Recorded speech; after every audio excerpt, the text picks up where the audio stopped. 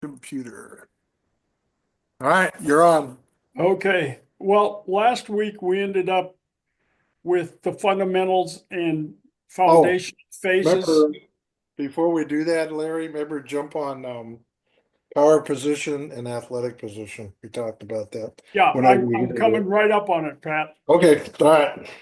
Um, and with this set, I wanted to review a couple of things on cognitive and physical literacy.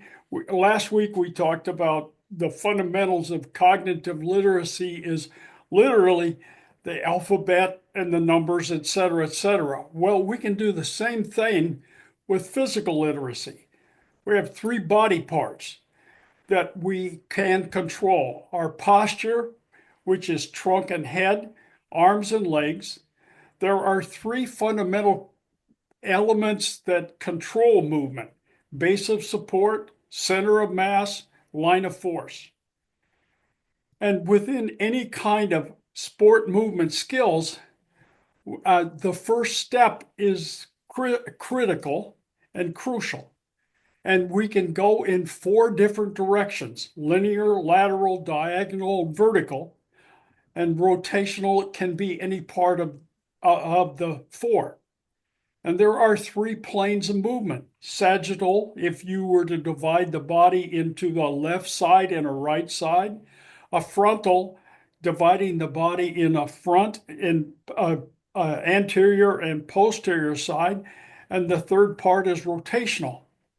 Along with all of this is the developmental or the development of terminology for sport skill movements from the beginning to the end of this. And all movement in a competitive environment starts in a stationary position. And I'd like to talk about the two: the power position and an athletic position. Let's go to the power position first. And I always like, and within a power position, the primary focus is developed around pulls, presses, and squats. It's primarily focused on the strength component of athletic development. And when I have kids that start my class, I always want them in bare feet. I want them to feel the soles of their feet. And we also point out the heel, the arch, the ball of the foot, and the toes. And the ball of the foot is a crucial area in them recognizing their control. And as I'm developing this power position, I want five areas that I want them to concentrate on. First of all, their foot position. In Pat and Danny will talk more on strength and power, et cetera, et cetera. I tend to want my feet more forward, as opposed to pointed out a little bit, but I want them to feel the pressure of the entire foot on the surface. The next area I want them to be aware of is I want their knees to track over their toes. And what I mean by that, I want their knees to stay over the toe. Don't let the knees uh, valgus in or turn in as they're moving. The second or the third area is the low back. And I want that neutral. I don't want it arched and I don't want it rounded. And the fourth part is the chest. And I want them to, I use the word spread the chest or retract the scapular or the collarbones and pull that chest back so they lock in the upper back. And then I want the chin level. And those five parts, I spend a lot of time. I want them to be able to cognitive from the start, from the foot position all the way up. I want the feet. I want them aware of the weight on the heels. I want the knees tracking over the toes. I want the low back neutral, and I want them to spread the chest, and I want the chin level. When they're comfortable with that position, I oftentimes will just simply say, move forward, lineal, backward, lineal, left, right, jump, land, and then go back to a power position. Off of that, we start, and when they're comfortable with that, then we'll start with a squat sequence, a body squat. And they'll start with the weight on their front foot or on their full foot. And then I simply have them bend or flex the knees and bring the knees over the toes. At the same time, I want their heels pushing into the floor, keeping the weight on the floor and simply lower the body into a squat position. Now, some kids have huge ankle flexibility, lack of strength in the low back and chest, a variety of problems. There are numerous ways of helping with this situation where you put them into a box or a band, or they can use straps, etc. There are various ways of teaching this thing. I think the most important thing is that they have to control the weight on the full foot. And I often say, well, I've had kids say, well, I can't squat. Well, if you can sit in a chair, you can squat. And the first thing is, as you are bending at the hip, you'll bend at the hip, bend at the knees, and simply lower the body. They may have to adjust the feet width a little bit as they're learning, but the goal is to have them be able to do a body squat with feet at shoulder width. And within any, whether it be cognitive or physical situations, or classrooms, etc., you always have the more advanced kids that are either more competent or capable, etc. Well, you can add some variety to their thing. A wide stand squat for them, where they shift the weight over each foot, etc. And at some point, I would like to have all the kids be able to do an overhead squat. And we just use that facing the wall, feet shoulder width apart, simply step back 2 feet, etc. Arms straight on the wall and simply lower the body, keeping the trunk up, etc. And trying to come into a parallel position with the hip and knee. And this is the primary focus for a power position. And this may take some kids some time.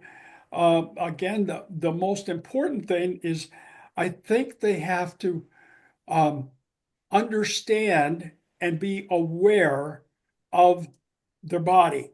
And and it may have, excuse me, it may have to take some kids considerably longer time than others. But I never weight a bar on a kid until they can do a reasonably good body squat. The second area is that of a athletic position. And within the athletic position is obviously focused into a competitive environment.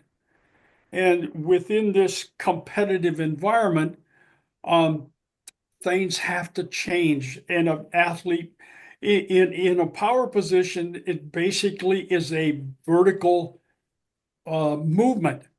But in a power position, you may have to go in 4 different directions. So you have to be prepared. So when we start, kids have to learn that we'll go back into a hip width position, and that will vary a little bit. It could be, it could very easily be hip position, but whatever is comfortable. Um, Flexing of the knees, all I want them to do, they'll start with their weight on the heel, and then all I'm going to ask them to do is to bend the knees and let the knees go forward into a bend or flexed position and over the toes. And I want the knees to always be over the toes. And they'll feel the weight shift from the heel to a more predominant on the ball of the foot. The heel will remain slightly on the surface, but the big thing with this is their weight is much more on the ball of the foot than it is on the heel. And then simply hold. And again, I want these 5 areas that I want them to almost memorize them. And I've even had kids call or repeat verbally, where's the weight on the foot to start? Where are the knees, the low back, the chest, and the chin? And then in an athletic position, the hands and arms are in what I would call a neutral position, whatever works for their specific sport. Um, with both of them, but especially athletic position, I will have them find the position, and then I'll stop and I'll say move about. And when I say move about, it could be linear, lateral, diagonal, vertical, but and they'll do a series of steps or jumps or hops or whatever. And then on my command of stop, I want them to find athletic position and hold. Now, the degree of bend on an athletic position is something that's comfortable. I always remind them, I want to see your numbers. And when I say that, I want their chest up so they're not looking at the ground or they're not so far forward that they cannot move. But these areas of power position and athletic position in a competitive environment are absolutely crucial. And as a result of this, they have to have these components as a foundation. I just think they're absolutely crucial. And there is no reason, quite frankly, that they, um, regardless of their skill, it's just crucial that they are able to find this position and maintain it and feel comfortable with it.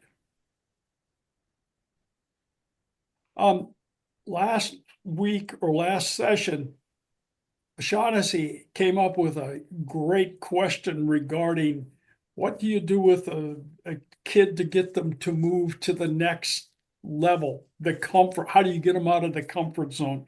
And one of the things I think is so absolutely crucial in any level of development, whether it be at the fundamentals level or all the way at the performance level, there are kids that hit obstacles with this I don't understand, I cannot do, and there are a variety of reasons why I can't make this movement or this skill as well as and it could be just lack of confidence. They may not totally understand the various elements. I think any movement, whether it be a pull, press, or squat, or whether it be a jump, a run, a stop, a change of direction, has to be broken down into as many uh, fundamental components as possible.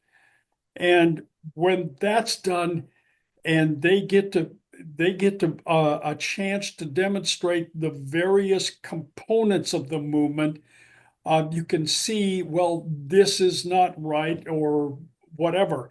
Whether it's it could be a deceleration, and where's their foot position, where's their trunk position, where's their mass of support, or their uh, uh, mass force, or where is their body position, et cetera, et cetera. And one of the things we often, I mean, we really try to emphasize is when a skill is being taught or being learned, is to break it down as detailed as possible so they understand the various components of this and they can either correct an element that is leads to a failure, etc. So the big thing is getting them comfortable with their own body control, I think, is the most important thing. Okay, the next area, and these happen to be R5. It doesn't mean that someone couldn't make these into two or couldn't make them into one or couldn't make them into seven. The big thing is at your level, you create what works best for you. But our first three stages, fundamentals, foundation, and development, is all about developing potential to be a great athlete. And I think the most important, quite frankly, of all of these is the developmental stage. And at our levels, in our district, we always tried to have every eighth grader at the development level before they entered high school. So they have at least been taught all the skills. So what's this all include?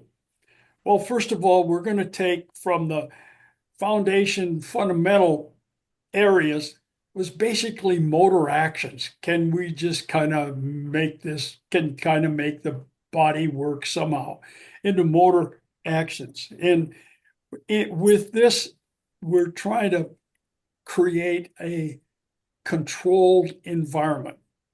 Now, team sports, no matter what, is a multi-directional, you can't get by without multi-directional movements. So we're going to do three very important elements in this. We'll start with deceleration. And the reason I start with deceleration, I think it's the hardest one for kids to learn. And then after we get done with deceleration and they can basically control the elements of deceleration. And then we'll talk a little on acceleration and running techniques and speed, etc. And the hardest one, the most difficult of all, is the transitional movements. And then off of that, we'll start to introduce just change of direction. So one of the things I tell kids at this age of like 6, 7, and 8th graders, the 10, 11, 12-year-olds.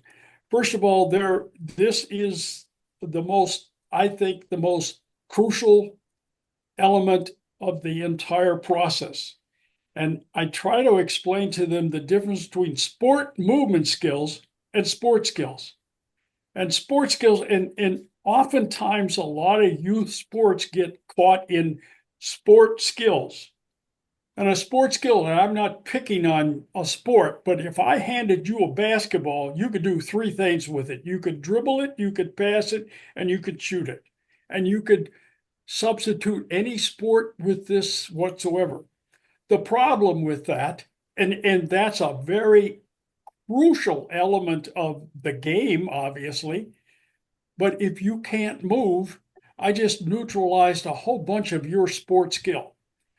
So we're trying to transfer motor actions into motor patterns. And I tell the kids, you either are going to get better or you're going to get worse.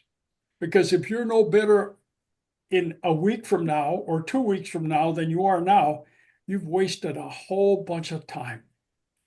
And athletes, you play the way you train, whether you want to or not. And when you get into a highly competitive game, the movement occurs in a fraction of a second. And you're either going to exert force or absorb force. And the proper movement technique does matter. So from development stage on, a lot of it's focused on deliberate practice. And you know, I want the kids to always succeed, especially on the foundation, the fundamental and the foundational. I want them to I always want them to succeed. And I want them to have fun because I want them to come back. And I want them, these two stages are just fundamental for the rest of the development stage. But as we get into the development stage, we have to start focusing on as correct the movements as possible. And and I want them to create an ownership in what they are doing. So let's talk about deceleration. Now, tonight I'm throwing out. I'm trying to cover 12 years in 2 hours. But in terms of deceleration, this can occur from either a linear, diagonal, lateral, or vertical. But there are three positions that our feet are in. Remember, the basis of control is center of mass, base of support, and line of force. All of them are absolutely essential to create control in the body. But a parallel foot position is just what it is. Both feet are parallel, and they could be, hopefully, they're not wider than shoulder width, but they are under control. It generally comes from a lateral position or a vertical jump or a hop or etc. And you come back down and your feet are parallel. The Define next, PAL. I'm sorry, Define PAL. PAL is three things. And quite frankly, Vern Gambetta came up with this, and I borrowed from Vern, or we did, etc. It's posture, arms, and legs, the three parts of the body. And the reason we use PAL is when we are working with sport coaches, parents, athletes, etc. We want them to be able to. I want the athlete to start to be aware of developing or owning their own movement. I want parents and coaches to say, what does this look like? How do I evaluate whether that's a good movement or not a good movement, etc.? And it's a lot more detailed than just PAL, but it's a great start because it gives the coach or the parent something to look at. What's the posture? And the posture is the trunk and the chin or the head, the arms, and the legs. These three areas they can look at. Um, the the parallel foot position for deceleration is reasonably easy. The short stride gets a little more difficult, and there are a series of steps to develop this one. But a short stride is nothing more than if you just started out just walking. And as you step with the left foot and the right foot and the left foot and the right foot, at some point when you stop, one foot, whether it be your right or your left, is going to be in front. And um, the result of this is there are a couple of things that are absolutely crucial in deceleration. Number one is you have to drop the center of mass so you lower the force ratio down, and you have to keep that front leg, the front foot, and the front knee has to be able to have a correct position to be able to stop the velocity of the body on one leg. And a lot of injuries are generally occur because of either poor instruction, poor technique, or the kid's never ever been taught anything about this. This one we spend a lot of time with. We start with just a standing position and step out. And when I say short stride, I generally will have them take let's say their right foot and put it out in front, put your left knee down behind, and that knee and the heel of your front foot is about the position. And then you can stand up and lower it and come back and forth. This is a stationary thing, and you're just getting the kid to be aware of where their center of mass is, and it's got to be between that toe of the back foot and the heel of the front foot. Otherwise, they're going to lose. They'll lose the ability to come to a complete stop. So before they can change direction, and once they feel comfortable, then switch feet, and then you can have them from a parallel position, step out and stop, etc. And then you can have them walk and stop, but have them feel comfortable with their ability to stop the forward momentum. The short stride position comes off of a running technique in a game.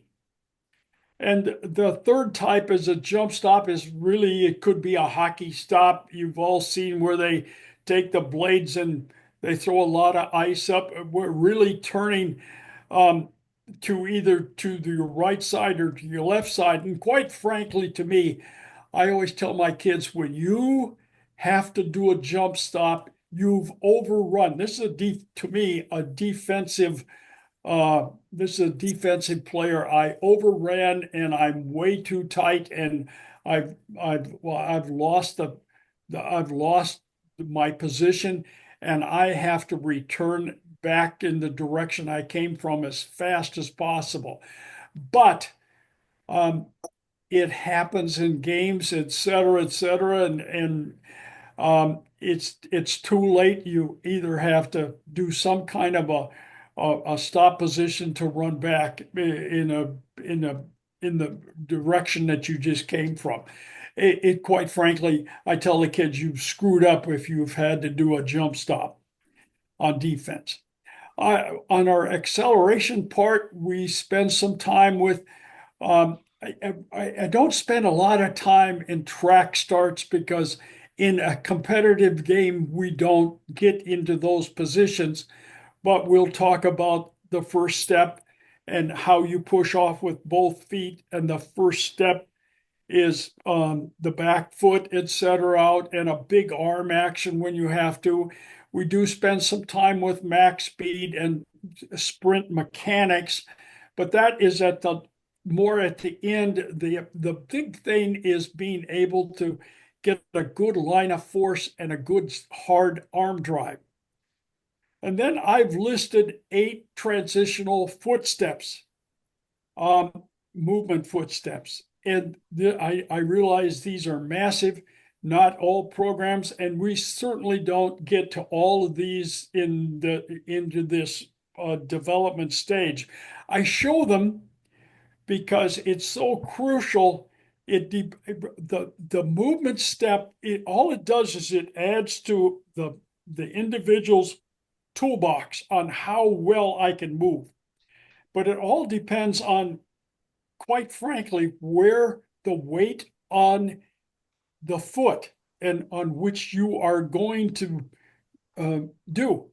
The big thing is the drop step, the back pedal and turn are primarily on a defensive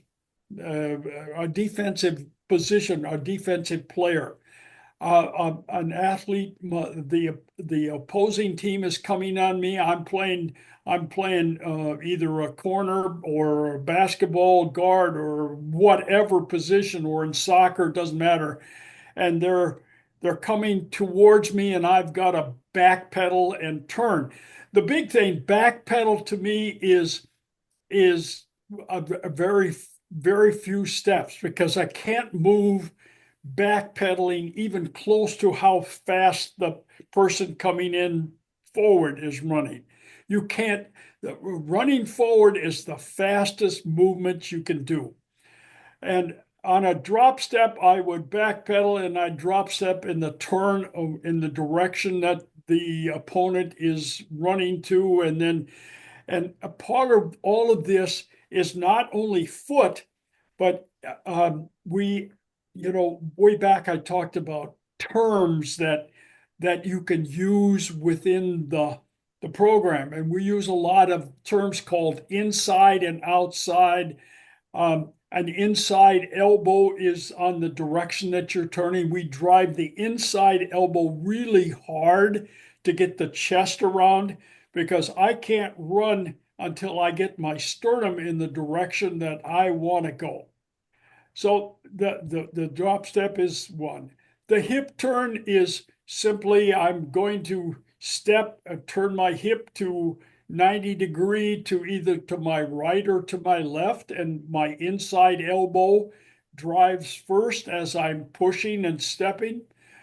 The crossover is I'm going to another thing is what we call outside foot and inside foot. An outside foot is if I'm going to cut to my right, I'm going to plant my left foot and push, so I'm turning my body to the right. On a crossover, I would like to do a hip turn, but the opponent may have moved, and as a result of the gap or the pad between me and my opponent has collapsed. And I would like to do a hip turn, but I can't get the foot. So instead of the outside foot cutting on this one, it's the inside on a crossover. And then there's a reverse pivot. I always tell my athletes a reverse pivot, you never, ever turn your back to your opponent in a contact sport. But a sport like basketball or soccer or whatever, where you don't have to worry about a heavy amount of contact. And then there's a power cut and a speed cut, which power cut is more of a fast cut, whereas the lunge cut is I'm going to cut wider. And a jab step could be either used to do a lineal or uh, almost could use it as a jump stop type thing. And then the modified. These eight we would introduce the basic ones, the drop step, the hip turn, the crossover, the speed cut, and the lunge cuts would be the ones we'd work on. The big thing I tell kids is you can't ever, if you're weighting a foot, if your weight's on the right foot, that becomes your plant foot. It can't be because if you can't move a weighted foot, and if you're not careful, you will end up wasting a step. So the big thing is have the kids aware of where the weight is as they are moving from one aspect to another.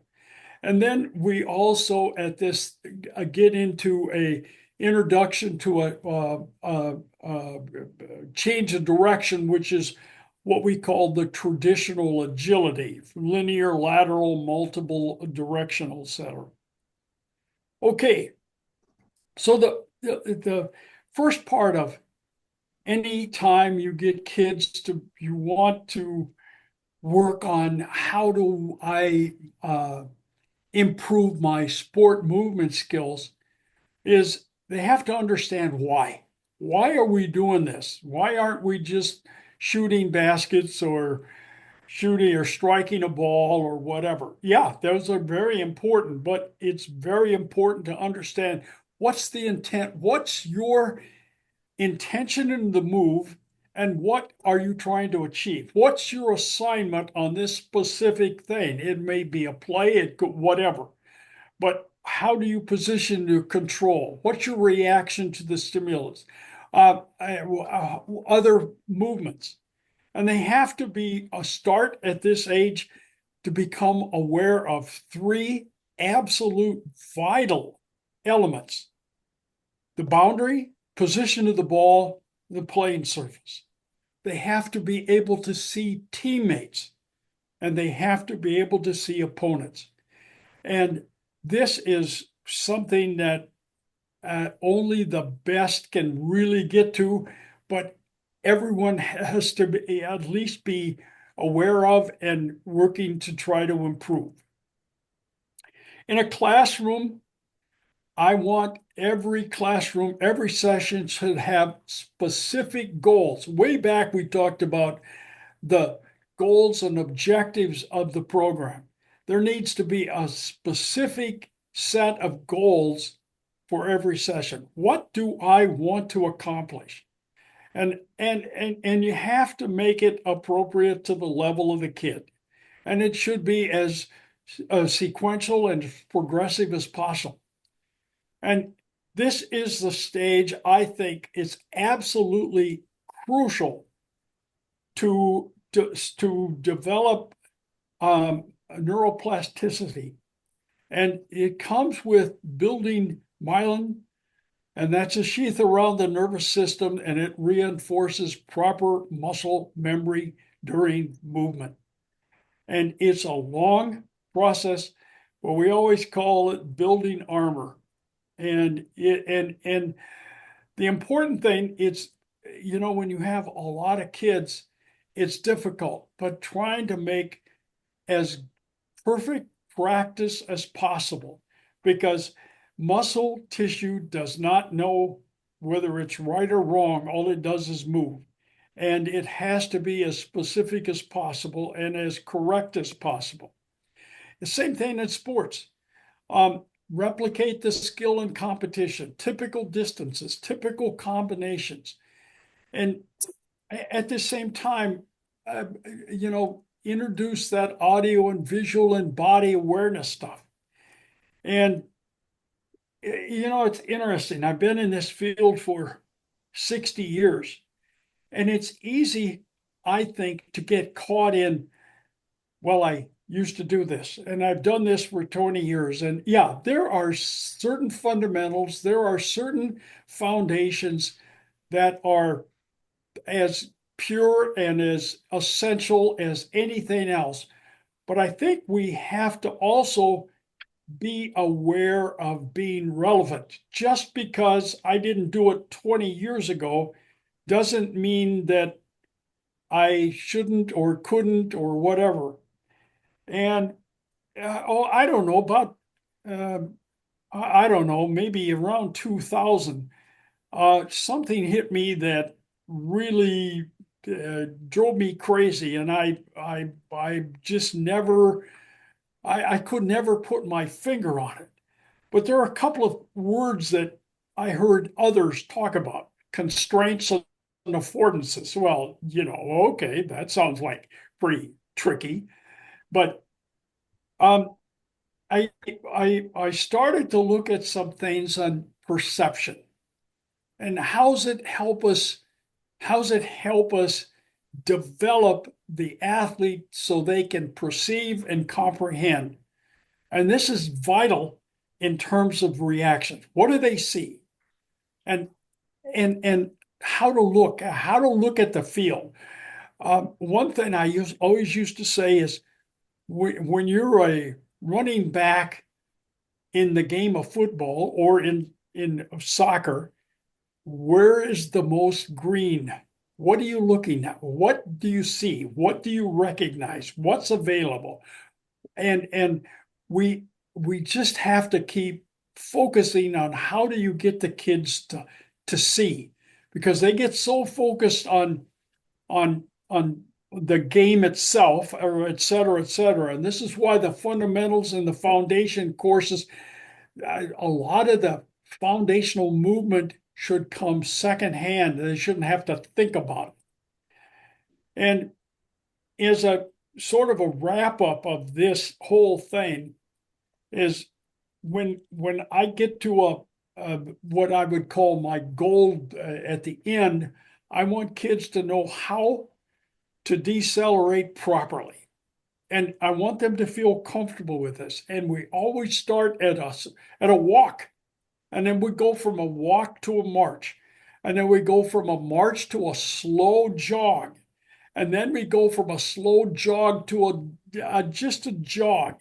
And we may stay with a jog position for a little while, just so they feel comfortable. And then as they feel more comfortable with base of support, center of mass, and line of force, then we can increase the speed a little bit. But the big thing is, you know, the strange thing is we've got to constantly correct, because it's very easy to let a kid go through a drill and it's direct and it's wrong, and we'll say, well, you did this, and come through, and they do the same thing again.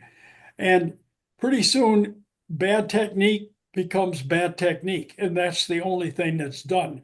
So, um, and not everybody is going to get all the transitional movements. And maybe in 12 years of competition, a kid may only use three or two.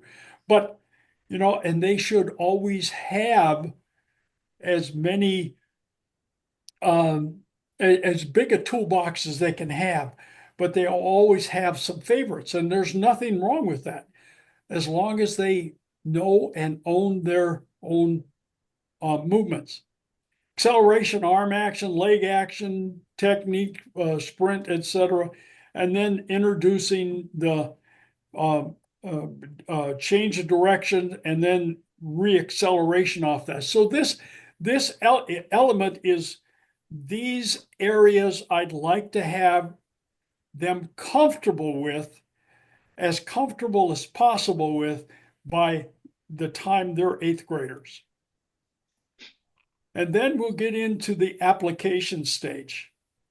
And this again is an extension with deceleration, transitional movements, change of direction, reacceleration, and introducing an environmental changes of some constraints, etc. And I always ask this: what makes great athletes? Speed, agility, power. There is absolutely no, you can't argue with any of those. And in my 38 years of teaching and coaching, I did traditional agility drills. And traditional agility drills are predetermined times or distance, etc. And I used to record. Oh my God, I had so many papers and so much this and so much of that. And I would, and we'd spend time with various techniques, etc. And boy, I really felt confident. Then I'd go to a game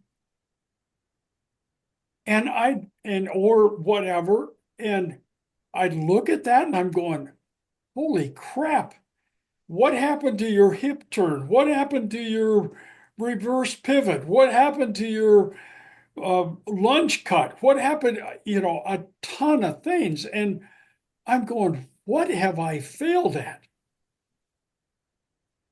And then all of a sudden, I think this was early 2000. I talked to a friend of mine and he said, maybe you should move from your traditional movement coach to a movement facilitator. I'm going, oh my God, what is this all about? And then he pointed out, he said, as good a coach or as good a teacher as we could be in a competitive environment, the kid has to be able to own their own movement. And you can't, in a snap of a ball or coming down the basket, go, well, now next time when this happens, you do this and you do it. You can't do it. So a kid has to become aware of their environment, the movement problem themselves, the movement problem, and then the movement solution. And within all of this, the important thing I think, is to try to develop some constraints and some affordances, and certainly trying to develop ownership in movement itself. As they do this, they create a visual perception. What do I see? How do I make this work? And a lot of this comes from um, a coaching aspect of really, it comes back to me as a feedback, where you start to involve the athlete and having them come up with some of their decisions. Now, I know that a young athlete doesn't have all the answers, and I certainly know as a coach I don't. But I want them to start to make some decisions on their own, you know, and in a very controlled environment, so they see what it looks like, what's it feel like, and off of this, trying to get feedback on technique. How did that technique feel? And on the feedback, um, well, we've all done this on the Olympic lifts. You know, you see a kid make about four different movement errors, and you go, oh my God, I can't do all four. But maybe I can work on one at a time, and we'll see if we can go from there. And then the feedback, the timing, and helping them understand with their ability to say, it's okay, I don't understand. But one of the things I almost always is, how did that feel? And one of the things I never accept is okay. You can't tell me okay. Tell me how it felt. And I may have to go, where were your feet? Where was your trunk? Where were your arms? Where was your head? Where was whatever? And and getting them to realize what their technique is and how could they improve it. Um, and as a result of this conversation is got to be one of these. I don't care what I say. I want the athlete. I want that athlete. What did he or she hear? Because it's crucial to say, well, you know, you should do this or that, and maybe they didn't understand that at all. I want them to always understand what did they hear in order to make it easier. And so out of all of this whole area of this uh, area of application, is I want them to be able, when they are at least at ninth grade, I want them to have a good control and deceleration. I want them to have as good as possible acceleration and linear movement. I would like them to have as many transitional movement steps as they possibly can have in their toolbox. And I want them to be able to understand and comprehend change of technique or change of direction techniques and reacceleration. These are crucial by the end of the eighth grade.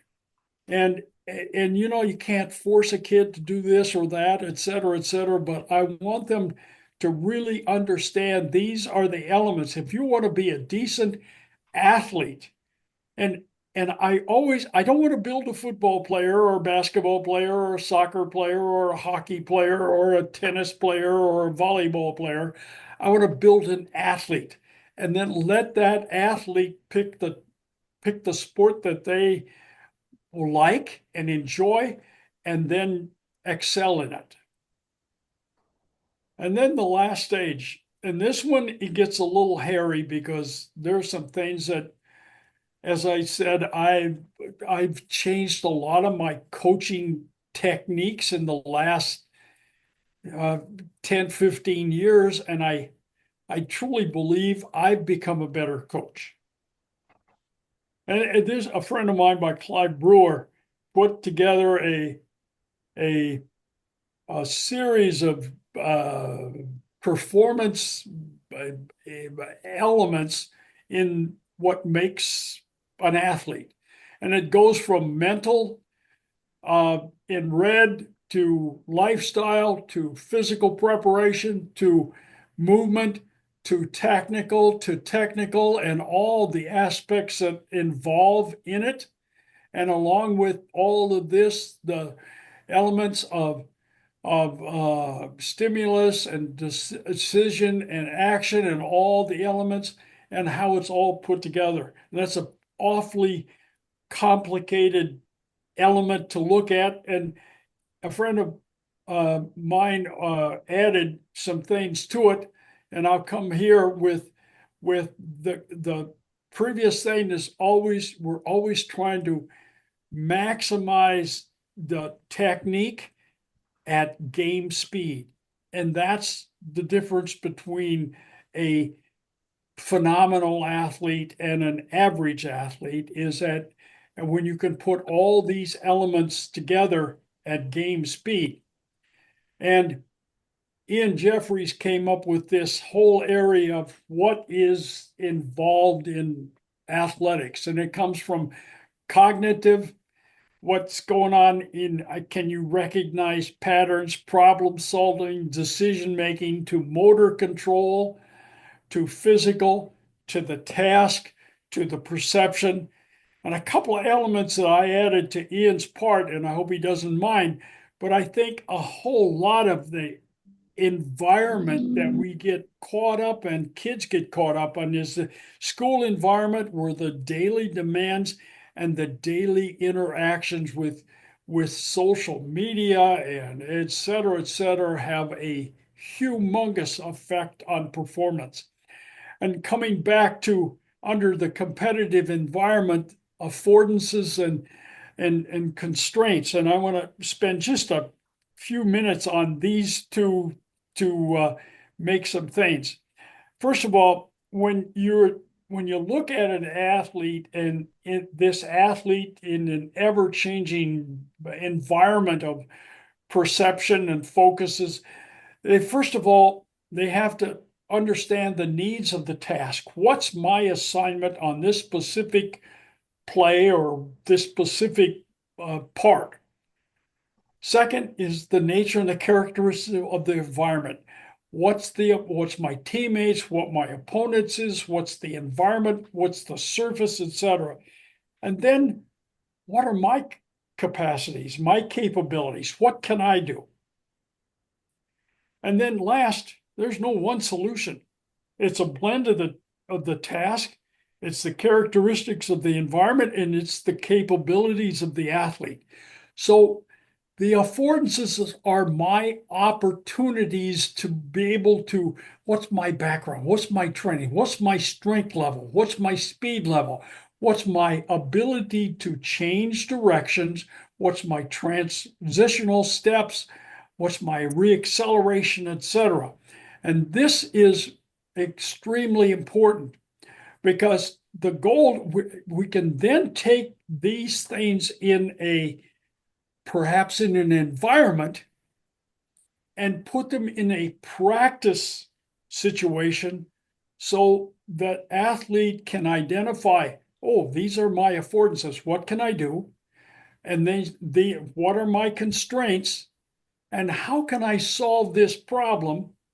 And more important, how can I own my own movement? So I took the liberty to do some what I would call drill modifications. And you can put this in on a diamond, a field, and a court.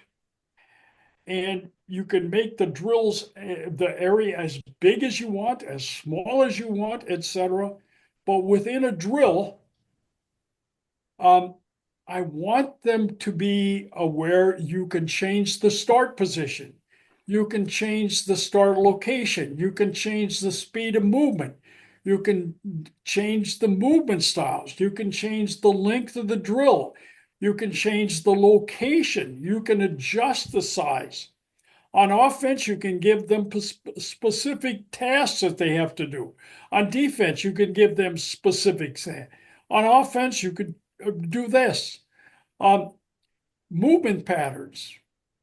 specific, they have to get to a specific spot, a specific time, etc. You can add visual change of directions, audio.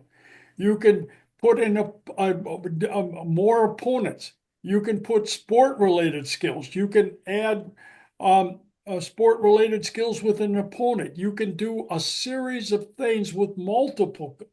What I'm trying to do is to create an environment where the individual has to own their own movement and um, be aware of the environment. And then, along with solve their own problem, etc. And I have 9 questions that I may not all ask all 9, but at some point, I want my athlete to answer. How effective were your deceleration? How were your deceleration position and steps? Did it work? What did you choose? What did you do? What kind of transitional steps did you use? How effective was it? Why did you choose this? Where were your base of support, your center of mind, or your center of mass, your line of force position? Did it help with the movement? What did you see with the background? I use the word pad when I'm working with athletes. What was the distance from your opponent did you do when you made your change of direction? What was your opponent's foot position, body position? How did the overall movement feel? I want them to be aware of what they're doing. How do you solve this problem? And this is, I want them to really start to own their own movement. And this is just a scenario in a competitive environment. And it really comes down to a stimulus of some kind. There's the opponent. You have cognitive response. I have to make a decision. What am I going to do? And you have some kind of a change of direction. You have the opponent's components, and then the application in multiple directions on an uneven surface at game speed. And these are the elements that an athlete is going to face. And then um, as I said, some of the traditional agility moved to more of a movement solution for me. And I use a proactive and reactive um, decision-making process. And there's an ecological systems theory terminology, and of all of them, you're trying to do a couple of things. Offensive person, I'm trying to manage and create space. As a defensive player, I'm trying to minimize this. As an offensive player, I'm trying to gain specialized and diverse movement patterns. As a defensive player, I'm trying to react, etc. And you're trying to manipulate your opponent with appropriate solutions, etc., and using perceptual information to do this. You'll see the ODA loop. And this is a strange thing. I had a friend say, have you ever looked at that? And this came from the Korean War, 1950 to 1953. John Boyd. Our airplanes in the Korean War compared to the Japanese, we sucked. Our airplanes could not compete at all. And yet we had a better kill rate than the North Koreans did. And we had it because we used this. And they use the word observe, orient, decide, and act. And I always have a little problem with orientation. I use analyze instead. But I want my kids, it doesn't matter what term you use, et cetera, as long as your kids understand what you want. But the important thing is to have them being able to recognize and understand where they are in the movement. And the big thing is, once the ball is snapped or once the ball is in play, etc., you're observed. Okay, where are my teammates? Where are my opponents? Where's the boundaries, etc.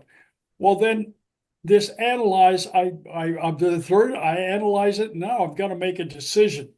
And this decision is based on incoming action, outgoing action, goal of action, and the quality of what I'm trying to do.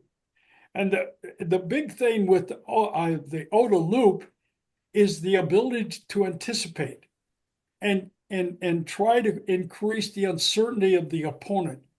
And then and you're trying to make that decision maker of the opponent as difficult as possible. You're trying to control the environment and make the decisions as well as you can. And the ability to really accelerate when you need to, and the ability to switch speeds, et cetera, et cetera. And this is a learning process. And in the performance area, I'd like as much as 2 years as a 10th or 11th grader, but I'd like them to be as close to this as they can in the ninth grade. And again, it depends upon how advanced and uh, how good of an athlete they are and how much they focus. The bottom thing that is I want the athlete to develop vision and information of their environment and obviously own their own movement, the needs and the execution to compete. They've got to be able to identify teammates in their location, opponents in their location, and the boundaries. And then they have to be very aware of their own body control and technique that they use. But these are the elements. Everything is based on the foundation. And in an overview of 12 years, and if I had time, I would do about 5 minutes of warm up, and this is dynamic and joint mobility and activation. Some movement skills for just skill development, and then some sequential strength stuff for body weight and resistance, and then some just agility, fun games, multi-directional stuff, change of direction stuff, high intensity stuff. And then obviously in the cool down, the stretching activities, mobility and flexibility and breathing exercise and neuromuscular recovery, and then educate the athlete on proper rest and diet, nutrition, etc. All of it is part of the entire development.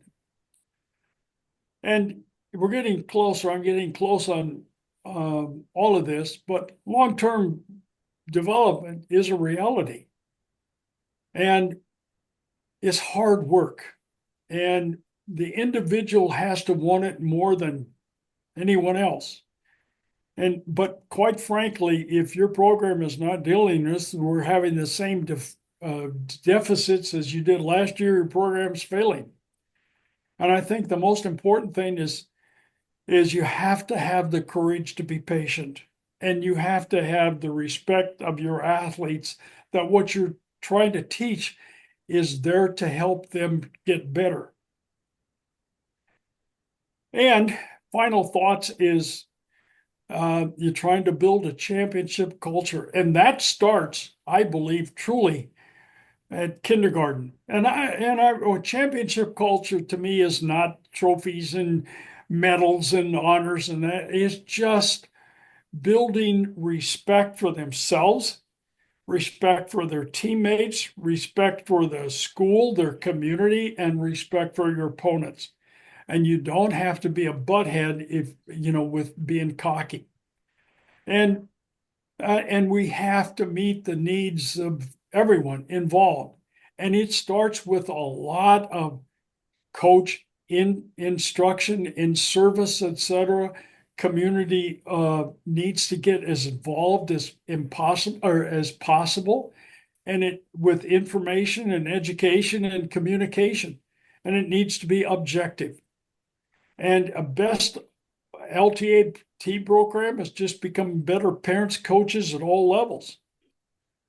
And this is my it's a work in progress, my passion and my journey. And there's our weight room. I you know, I spent the entire time on movement, and you cannot do movement without creating a strong strength base. But others are going to cover this, and this is just part of our area. And I just because I didn't talk about it certainly isn't meant that this isn't important. This is every bit as important as the movement sequence development anywhere. You can't do one without the other. And I put this in for you guys, just in case. I'm waiting for all of you to be able to put your heel up there on that sign. I couldn't do that when I was a kid.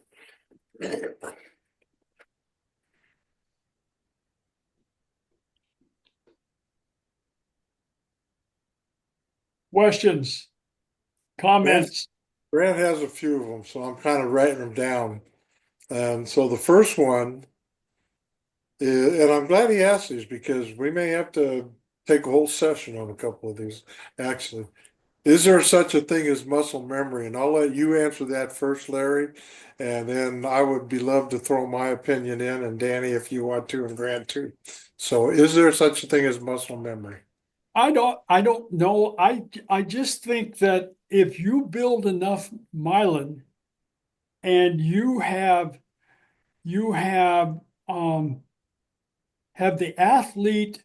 Now, I don't know what a perfect movement is. I don't know if that could, because your perfect movement and mine and Danny's and Grant's we're four individuals that have different body structures, strength levels, flexibility levels, et cetera, et cetera. But I think there's an optimal position that might be best for me, might not be best for you. But if I can strive to uh, put my my body in a position for, let's say, a transitional movement, and I can get there on a specific thing. The goal is to try to create as close to that most effective explosiveness after I've stopped and started, etc. I How many think there heard the is. old expression, it's like riding a bike? Yes, Yep. but I will tell you this. We had this discussion once at Fullerton with Dr. Galpin and this kid that created, who did his PhD at Ball State. And we had the guys from New Zealand, all this. And what we came down to is the kid from Ball State did his doctorate on stem cells in muscles. And he said there is muscle memory in the stem cells. And what that is in my stem cells, in my chest, my pecs, my triceps, and everything. I did a 300-pound bench press when I was 16. So it remembers that I can do that. Now, once I stop doing the bench press, those stem cells tend to shrink. Then when I start doing again, they start to grow again because I remember that. That's muscle memory. What people normally, this is my opinion, what people normally talk about muscle memory is exactly what you said, Danny, riding a bike. That is a motor movement pattern. And that gets into one of Grant's next other questions of developing neuroplasticity. We develop a neuroplasticity on how to run or how to ride a bike, and that's there. That's a movement pattern. Now, if we stop doing it, it does not become as good. But if we go back to doing it, we remember that that's that encyclopedia of movement that you talk about, Grant, that our brain remembers that, and then it applies it to what we're doing. But what we look at as muscle memory and the common discussion that you get, let's say on Facebook, is not muscle memory. That's motor movement patterns. Okay. Okay. That's my point on movement, muscle memory versus movement patterns, and you use neuroplasticity, which Grant always comes up with down. He also comes up down here. That's the myelin sheath. That's what you're going to do this movement again and again and again and again, so that it's there. Okay, Okay, Danny. let me ask this question. Okay. Okay. How do you develop neuroplasticity then? Repetition. Okay, now wait a minute. So answer me this question. Is the brain neuroplastic, or do we develop the neuroplasticity?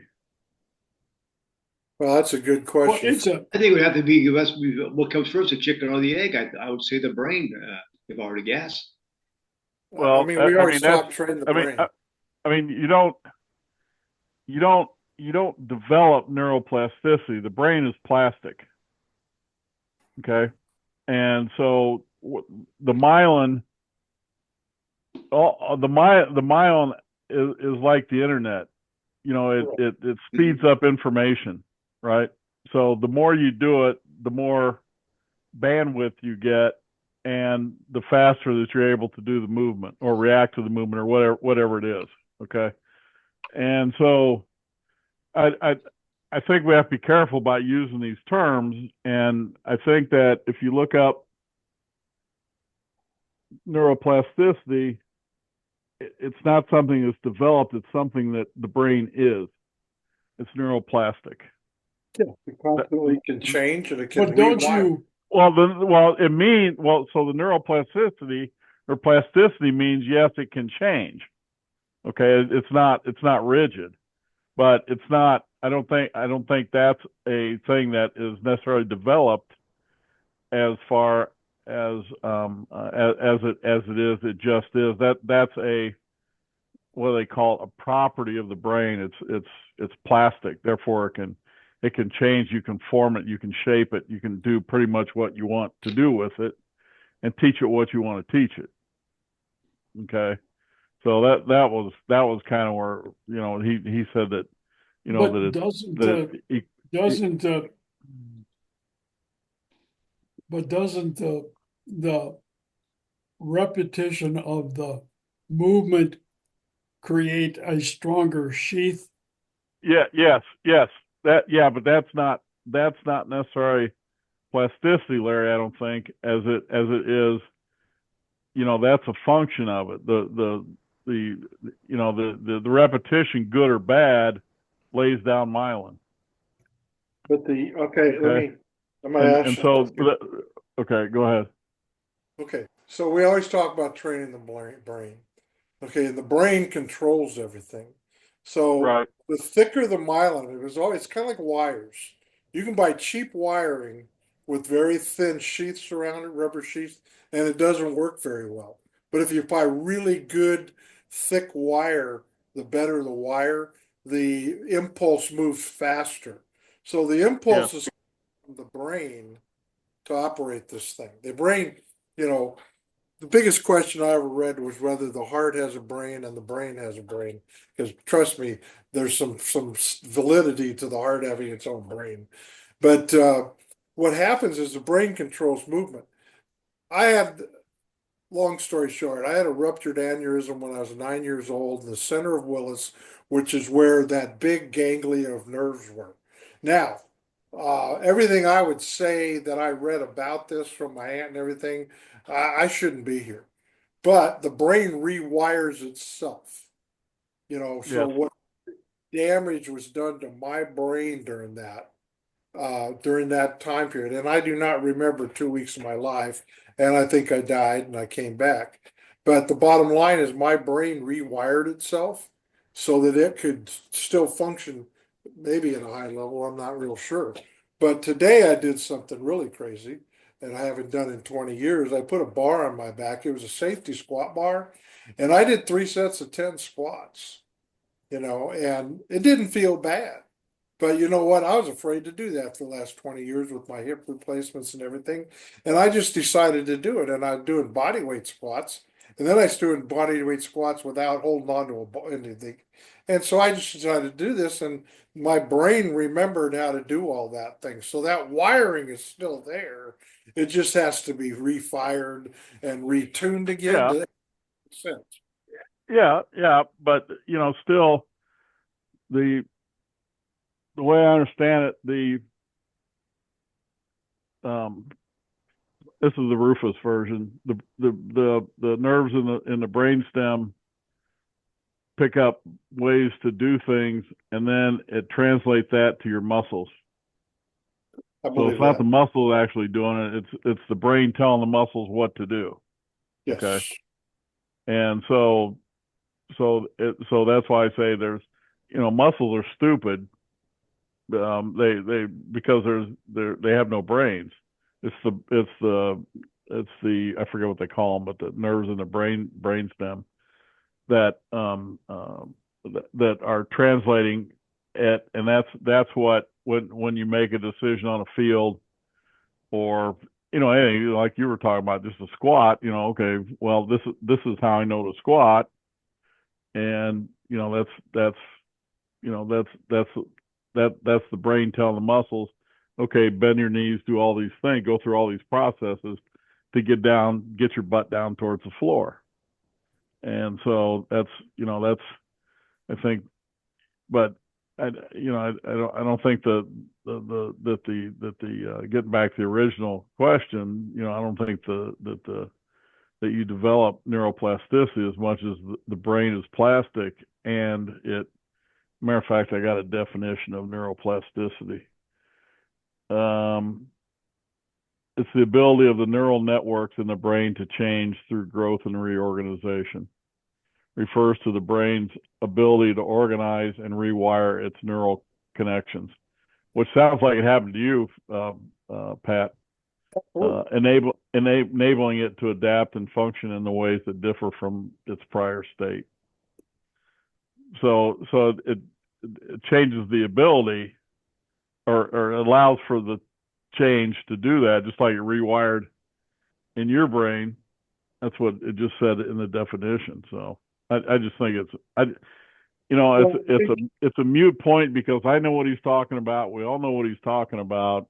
It's just that I think we need to use the terminology properly is all. It's a Correct. minor thing. Larry and I have talked about that forever because we talk about one of the other questions you brought up here in terms of the Canadians have the same terminology for everything and we don't. And my example of that one time was CJ Stockel saying, I saw guys from uh, the Soviet Union pulling, I saw guys from Greece pulling, I saw the Chinese pulling, and the difference between the United States is we don't pull the same from one county to the next because we don't have a continuous system.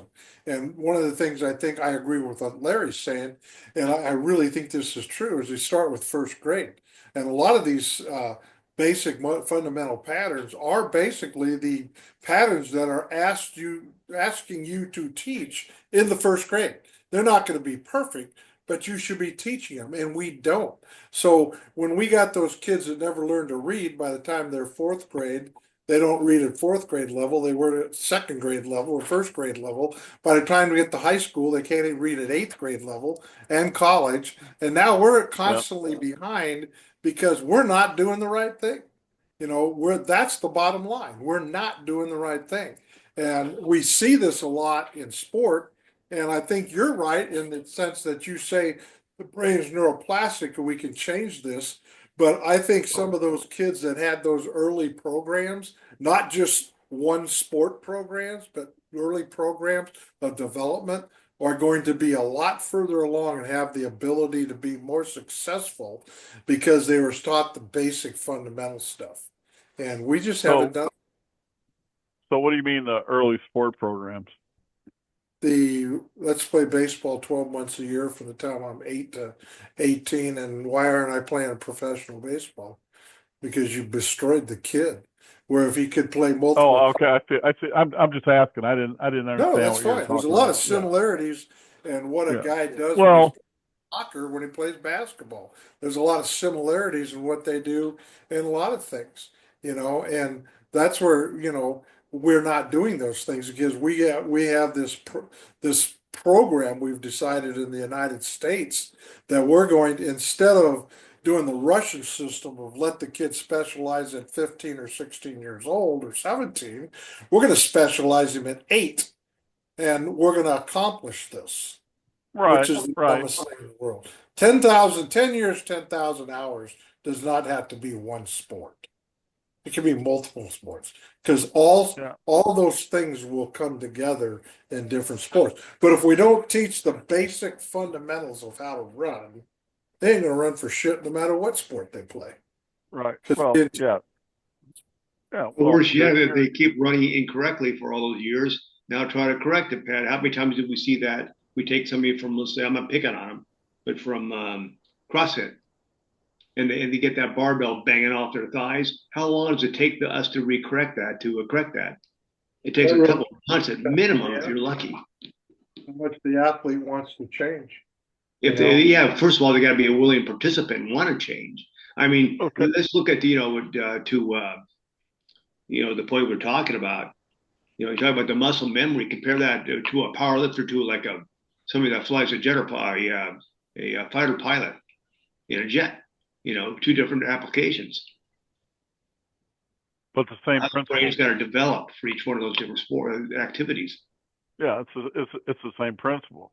Yeah, exactly. It's Yeah, got to be developed over time.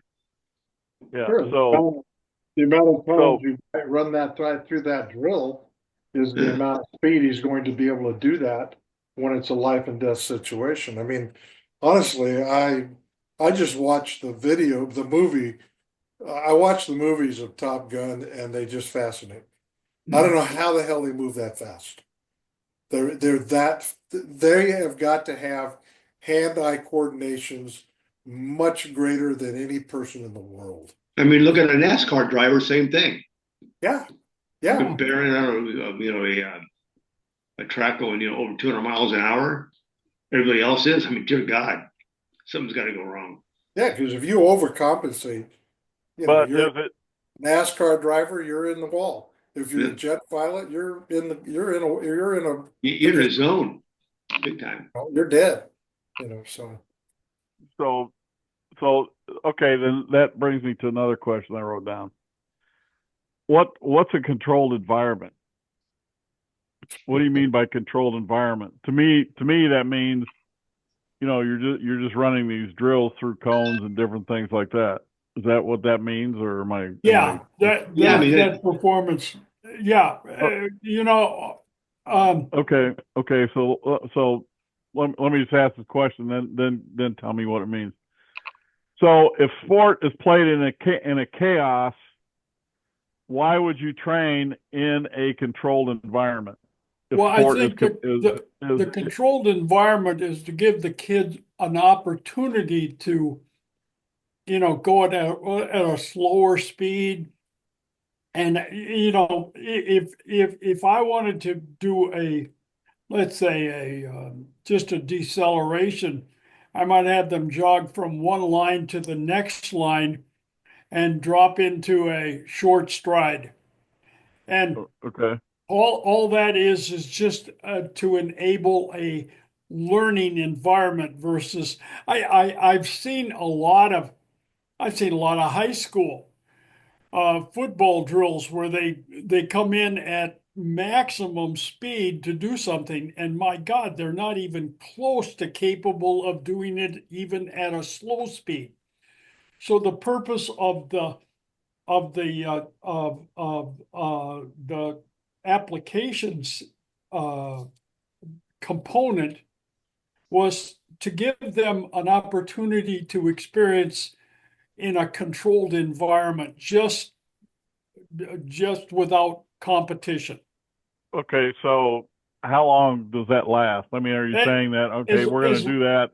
Are we going to do that that would for forever? Or are we going to do it for no 5 minutes? Are we that's going to do it that's a for? quickie. The performance, Okay. what we used the performance thing is just uh to put the deceleration the transitional step, the change in direction, and the reacceleration in I'll use a very controlled. So one of the drills that we use is what we call a two-line. Let's just say 5 yards apart with 4 cones, 2 cones on each side, on each line. And it's like a zigzag drill, but to do, for instance, transitional steps, I might have them do a hip turn on all 4 cones and coming back. And you can set up a number of cones. I mean, Okay. this is Okay. So, okay, I get the idea of that. Then when are you going to put them in an uncontrolled environment? well, and then as soon as you observe they have some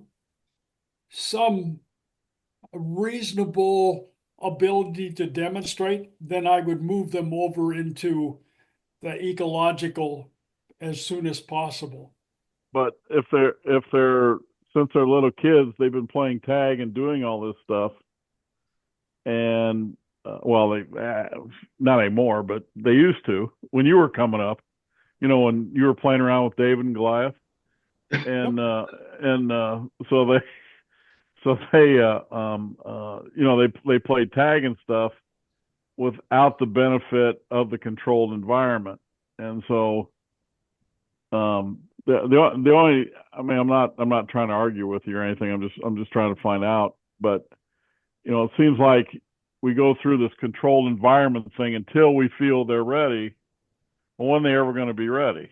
Well, You know, yeah. is the thing. So when I use the quite frankly, the application thing is, you know, is I get through that as quickly as possible. okay, I just I want got them, you.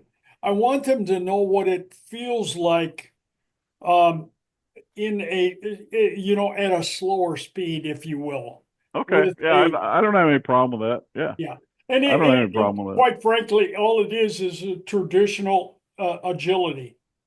Yeah, I think the term, you know, I mean, because you take different sports, like if you look at swimming, is way less chaotic than, let's say, soccer.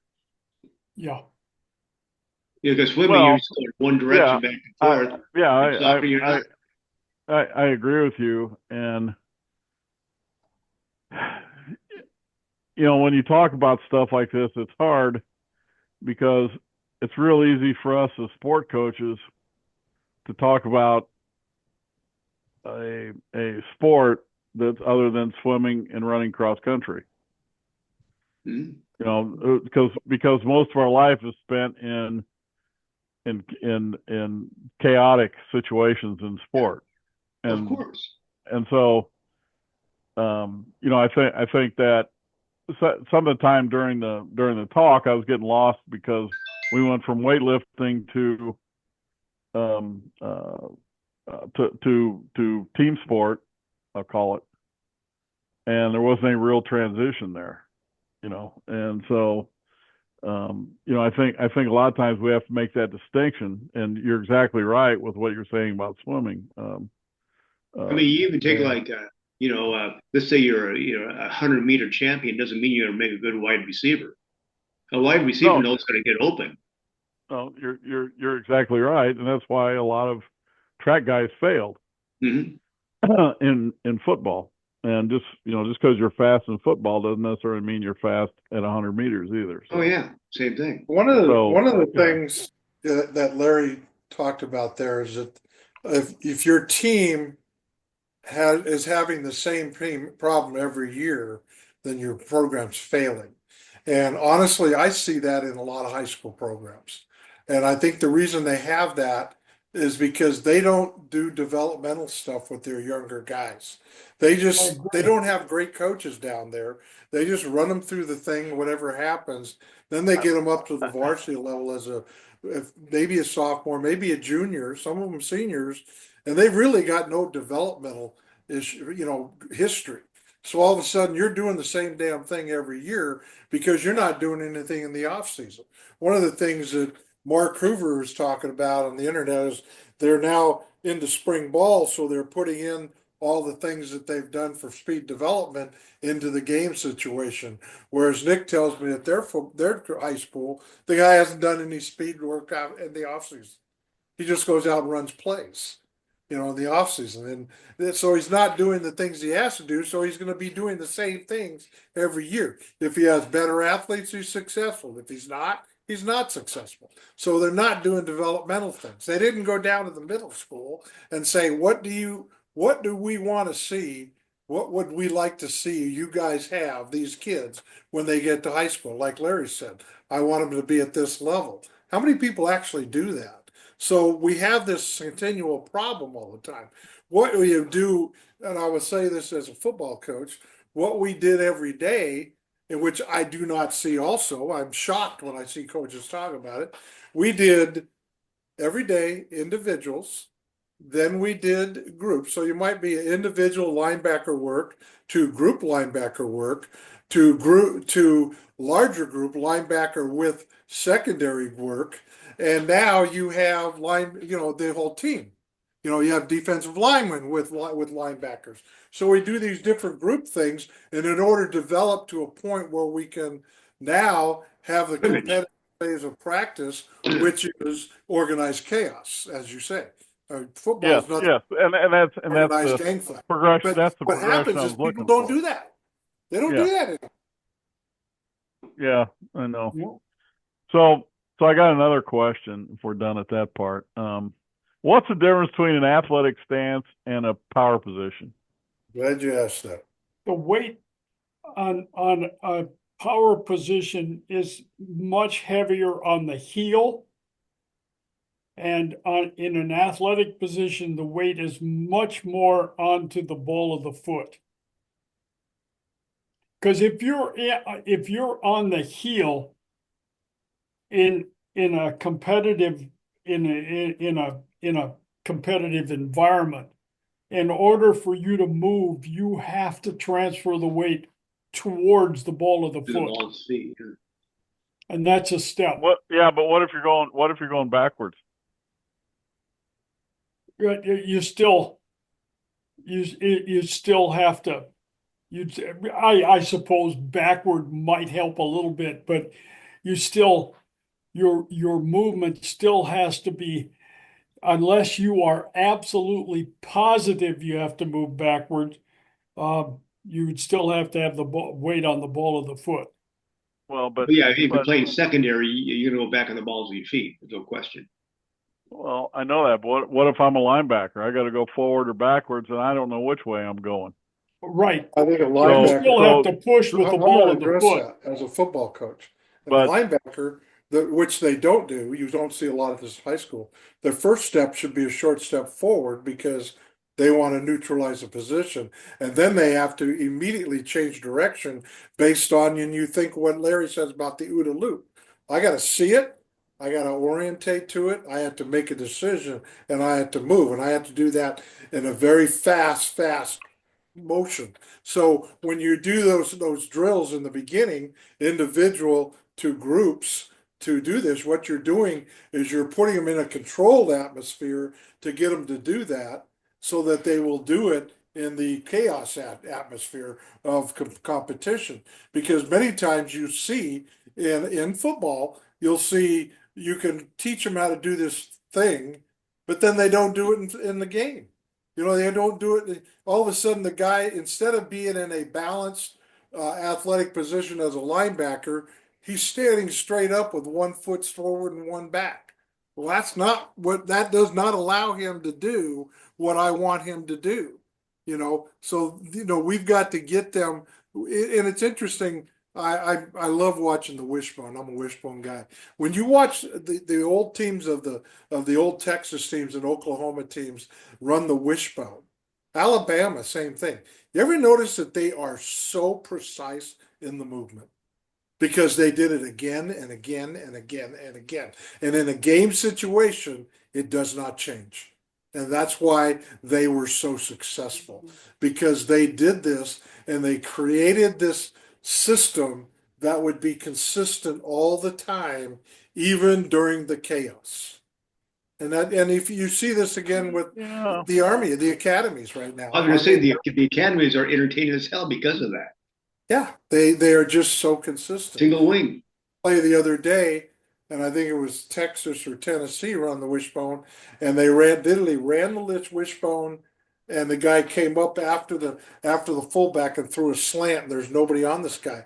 I'm telling you right now, that's the only pass play that we ran in a 28 to nothing devastation of our crosstown opponent Beaumont one time because we were in the third and long for some reason. Other than that, we just run fullback dive and counter and just destroyed these people. And when we needed to run that play to get 10 yards, it was easy because their guys were all coming up. They didn't think we were going to do that. And they end up wide open. So, and I think you see that with Air Force when they run in the tight end.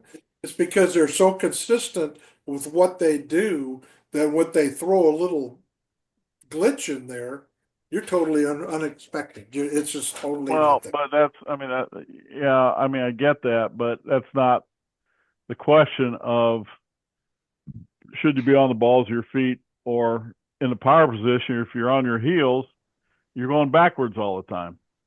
But Yeah, you well, don't I'll tell you, run on Leo. you don't run on your heel though. No, but You're I'm talking still about pushing with the ball of your foot. It's the transition balls. I understand that, but by the same token, if what you're saying in the power position, you're back on your heels, and I'm assuming this is only for the Olympic lifts. If you're doing that, you're going to go backwards.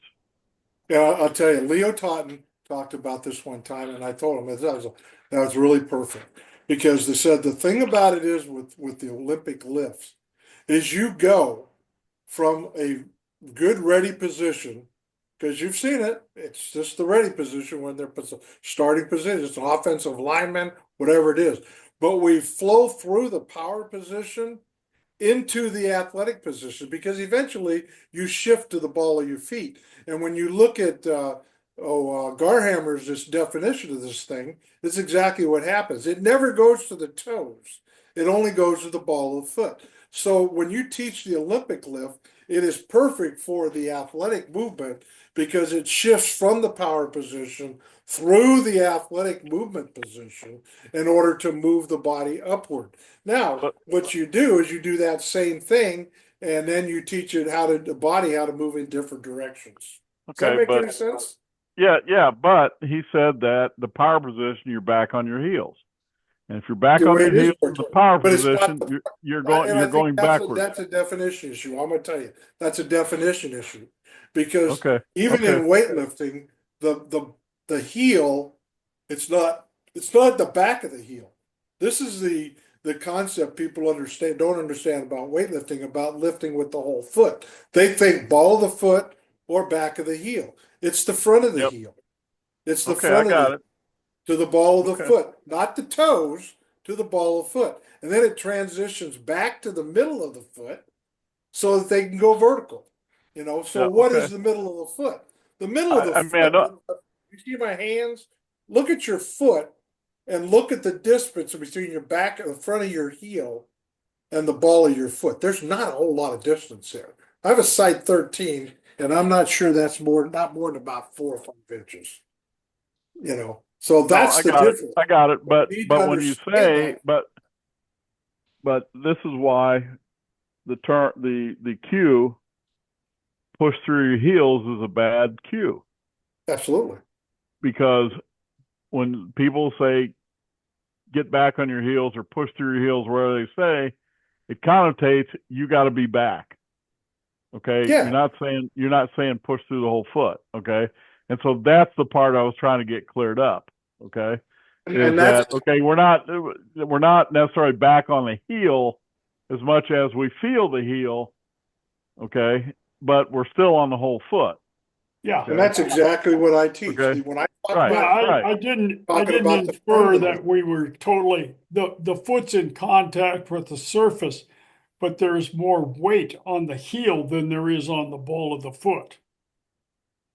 Okay, well, we we can discuss that one some other time. But okay, now I got one other question. I know you guys are bored with these, but they I don't know why. Oh, So the athletic stance the athletic stance you're saying is hip width apart, feet are hip width apart?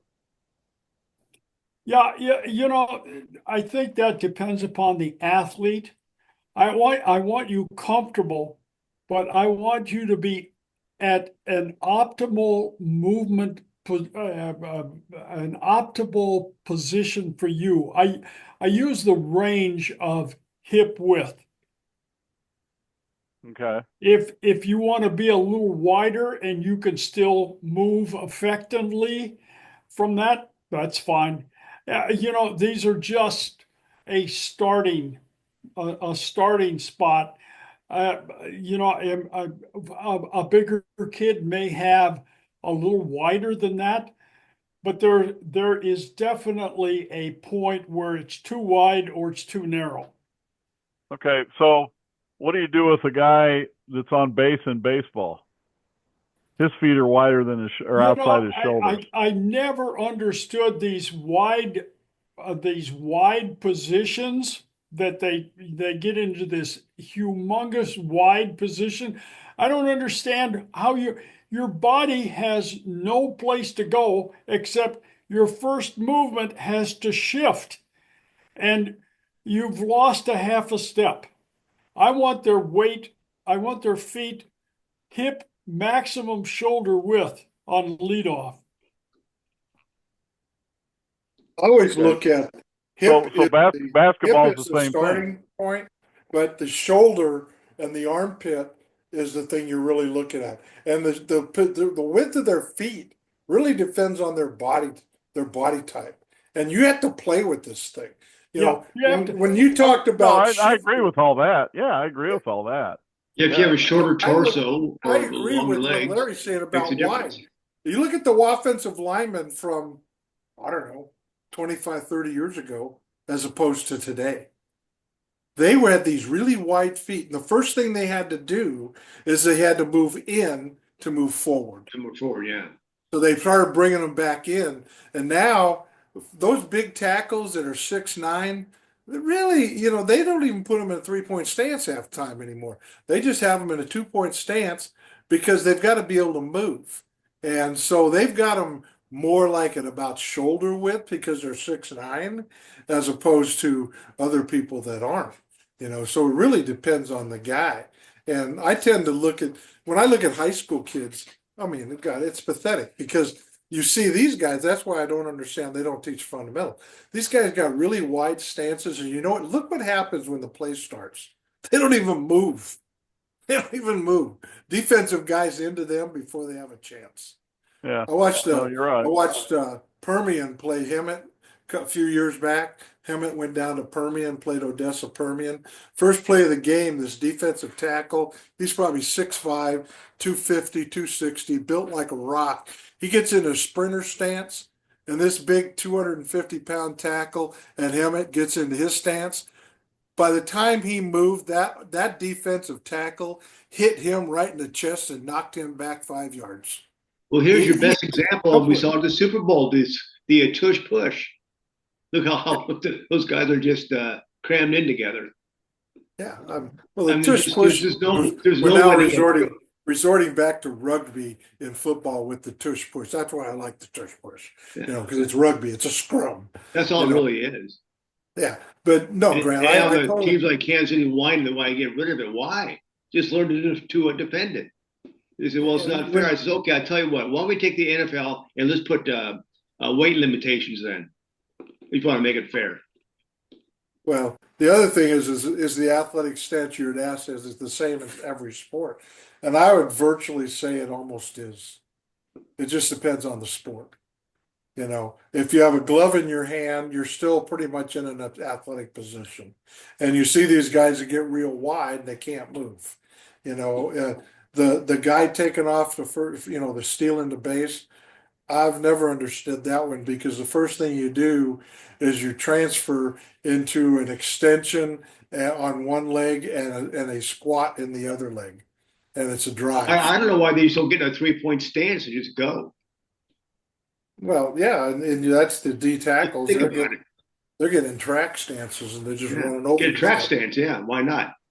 That was a But little. other than that, that's one thing I'll tell you with Lee Taff, I would really question sometimes. I watching talking basketball, and he's pretty tall. Obviously, he's a lot taller than me, and he's got longer legs. But his stance is Not, so wide. he's not 6 foot. He's got to be over 6 foot. You No, know, he's got to be like 6'2", 6'3", he's 6'4". shorter than me. Really? Yeah. I wouldn't. It just seems to me his feet are really, really wide. You know, but Anyway, guys, I gotta wrap it up here.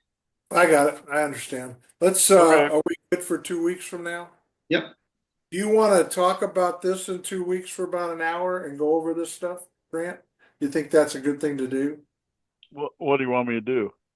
No, I just want. Do you want us Oh, to? to bring it to a conclusion, you Oh, mean? oh, I mean, yeah, that's fine. And I mean, I'm not trying to contradict Larry or No, I think try to you're try to good. get over on him. It's just questions that I have to Oh no, I clarify things think they're because actually because I think a absolutely lot of good. times we put stuff out and it's not clarified. Exactly. I I think that's we know what what we he's want. talking about. We know what he's Or, talking or the about. question's going But to come up is some does time or does, another. does, We talk does about everybody else understand what he's talking plasticity of about? the brain. It's a good Correct. conversation. Well, Yeah. let's do this. two And weeks I from mean, you now. could do that with any of our conversations. So Of we just course. have Two to weeks be from now, we have to be let's do clear. this. Let's All all right. review everything Larry's done. Uh, is Shaughnessy going to be on in a couple weeks, Danny? I'll have to check with him. Okay. Because let's review and do me a favor, Grant, because you wrote these things down, and I'm not sure I can. I'll tell you what. I'll take a picture of them right now, All right.